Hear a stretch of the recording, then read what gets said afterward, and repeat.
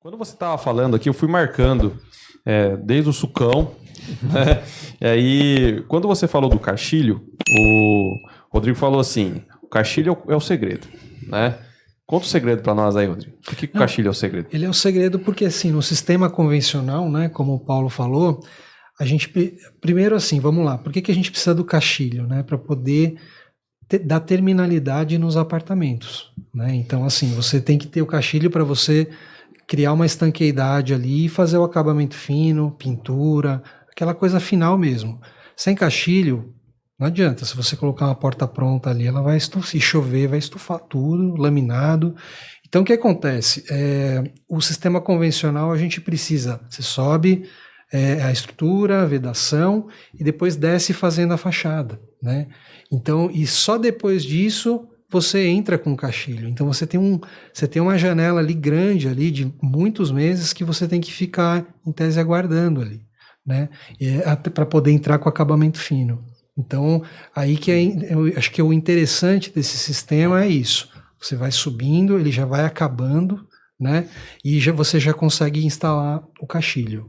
Nisso você consegue dar terminalidade, né? Então, aí é que mata aí a conta também do prazo, acho que diminui aí drasticamente aí na hora de fazer a conta de mais e menos aí da viabilidade. Boa. Eu costumo fazer explicar para o meu pessoal de obra algo muito simples, mas muito simples mesmo, né? Claro, em casas. Falo para eles assim, ó, você está fazendo essa parede aí hoje. Você vai terminar essa alvenaria hoje. Amanhã vai ter o que nessa parede? O cara fala, nada. Tem que esperar terminar todas as paredes, tem que esperar fazer isso. Aí eu vou entrar com o acabamento. Falo assim, esse é o pensamento não lean. Esse é o pensamento não enxuto. O pensamento enxuto tô fazendo a parede hoje. Qual é o serviço que eu entro nessa parede amanhã? Né? Porque não adianta nada você correr para fazer aquela parede e ela ficar lá um mês parado, né?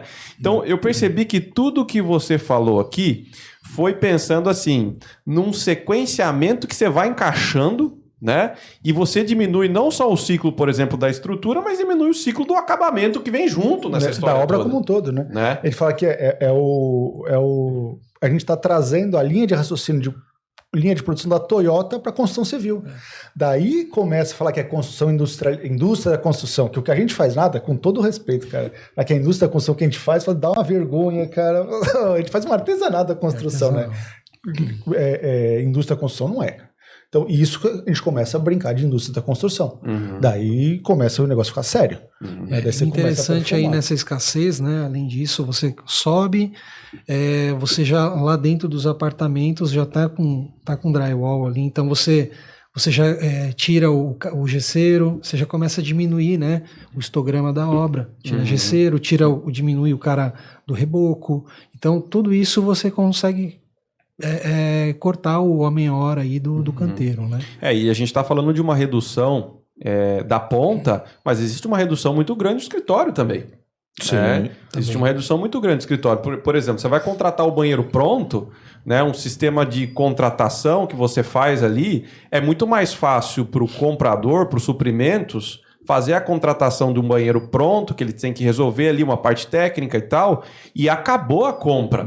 Tá feito para a obra inteira. Não vai chegar toda semana lá, 50 joelhos, porque é assim que funciona tradicionalmente, né? É isso mesmo. Então, assim, você tem uma redução. Isso eu tô falando, assim, num exemplo da instalação hidráulica, normal, mas né? agora você imagina colocar isso em todos os aspectos que o Paulo comentou, né? Então, acho que isso Fora os aditivos, né? Nossa.